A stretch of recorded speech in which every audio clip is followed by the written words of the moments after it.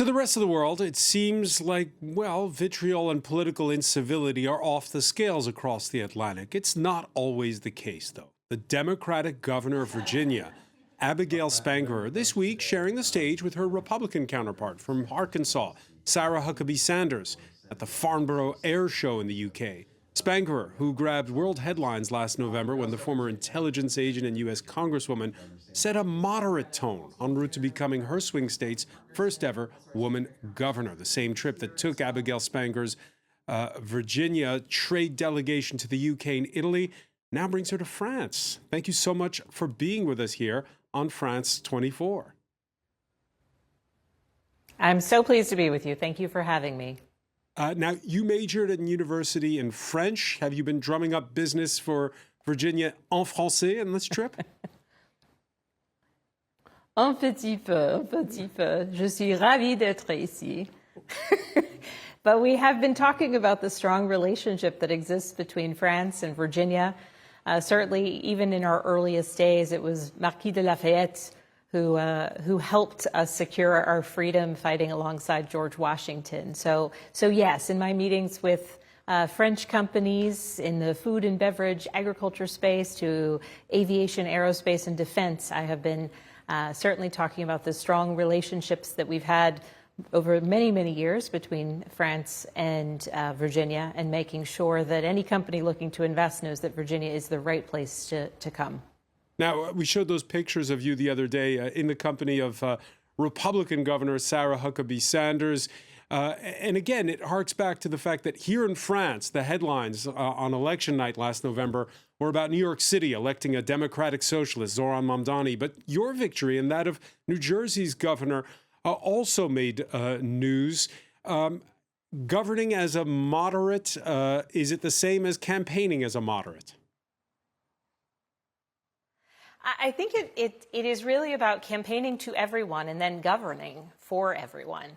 And it's a slight distinction, I think, in political talk that becomes moderation or pragmatism or centrism.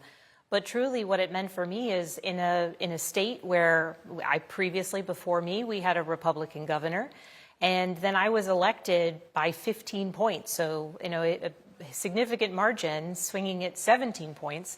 The way that I did that was by campaigning everywhere and talking about the issues that matter to people across Virginia, certainly affordability and housing, healthcare and energy, and the strength of our education system, challenges in our healthcare system, and every Virginian's desire to see our state be stronger and a steadier place for us and for our kids. And I think that what I have endeavored to do since being sworn in January is put that into practice in governance. And that means building coalitions, bringing people together, and sometimes looking to address the toughest of problems bit by bit or by leaps and bounds, depending upon the day and the issue. It's a long way to next November and the midterm elections.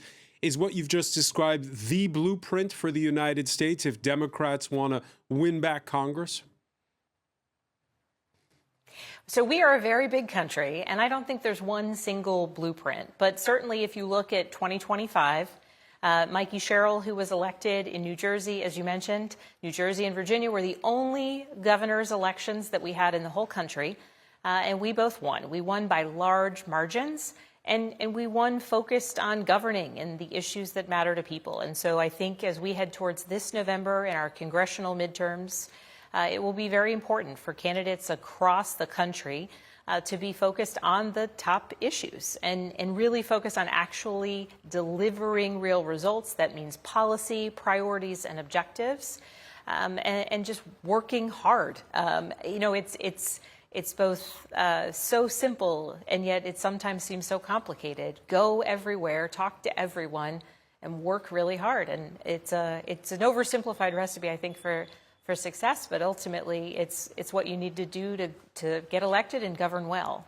Governor Spanberger, I mentioned the mayor of New York City, Zohran Mamdani, talked about this week about arresting the Prime Minister of Israel if he came to New York, pointing to a warrant at the International Criminal Court. This question about Israel and the Palestinian cause, does it tear apart the Democratic Party more than progressives versus moderates? I think unfortunately, an issue that is so complicated has become one that really does create divisions across the country, not just within political parties.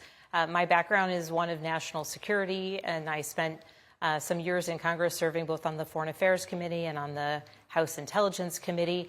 And certainly I think what sometimes gets lost in the conversation is that one can disagree with adamantly the actions, the choices, and of in this case, a prime minister.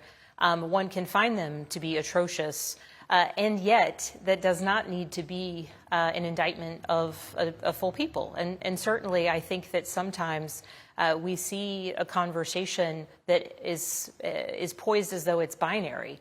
One can be against ongoing bad choices and aggressive efforts from the Netanyahu government, and also recognize that the plight of people who are suffering, the Palestinian people who are suffering, the Israeli people who are suffering, that it isn't a binary choice. And frankly, the more people who are recognizing that the ongoing negative efforts of a bad leader is the thing that is at the heart of creating an ever more intractable problem, that he is the one that, from an issue of policy, that he's the one that we disagree with, and aid to the Palestinian people and those who need it is an essential priority and has been for years for Americans, as well as ending conflicts in the Middle East. Now, of course, it's a challenging time because our own president has arbitrarily started yet another conflict in the Middle East with no strategy and no plan to exit it. And so I think Americans, more than anyone at this time, recognize that it's necessary to separate the people from leadership that doesn't represent their values.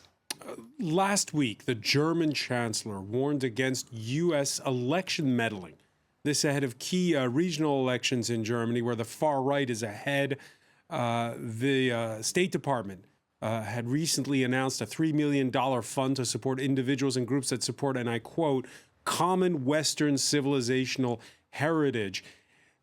If you're prepared, and you know we're preparing for elections here in France next spring, is there going to be more of a threat of meddling from Russia or from the United States?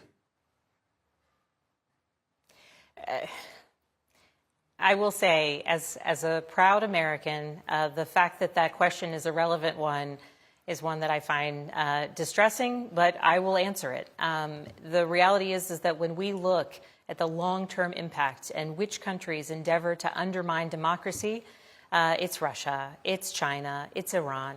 And the United States needs to live and abide by our democratic values by setting an example, a clear example for what it looks like to be a strong democracy.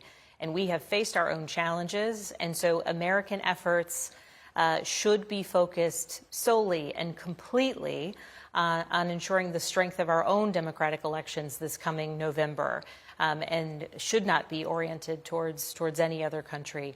So the short answer to your question, it is always and should always be Russia that is the one. Well, ideally we'll get to a place where that's not the case, but in this moment in time, it is Russia that continues to create the threats, and the fact that we are creating some challenges in the international space as a nation is something that's regrettable, but American people will get through this, demonstrate the strength of our own democracy, and continue to lead by example. The strength of your own democracy, let me ask you about next November, because when you see so much money concentrated in so few hands, the latest figures are out from last month about just how much money crypto billionaires, people from Silicon Valley are throwing at races, a lot of it on Donald Trump's side. Will it be a free and fair election in November the way it's always been? It is absolutely the case that there is outsized influence because of the way that campaign spending occurs in the United States. We have a true and complete need for campaign finance reform. And when I was first elected to Congress, I campaigned on and I worked on, and we passed, though we got it through the House of Representatives, we couldn't get it to pass in the Senate, comprehensive legislative reforms to contend with the reality that there is too much money in American politics.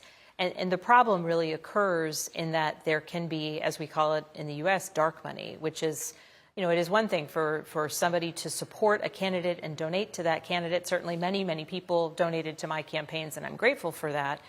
But it is important to be able to go online and see the lists of people and have those filings and that transparency so that voters know, so that people know who is supporting a particular candidate. At the federal level, we have such an issue with unlimited campaign funds that can go into these dark money groups, and there's just no transparency. And so as a candidate working hard, raising money, putting up television commercials or putting advertisements in the paper or radio ads or internet ads, all of it, you work so hard to try and get your message out. And the reality is that, a billionaire can give so much money to some dark money group and they can negate that work. And it is a broken system. And my hope and expectation is that anyone who is running for Congress and elected to Congress in 2026 will be focused on campaign finance reform. Ideally, we'll have the House and the Senate, and they can pass it in both and send it to the president's desk, whether he chooses to sign it or not.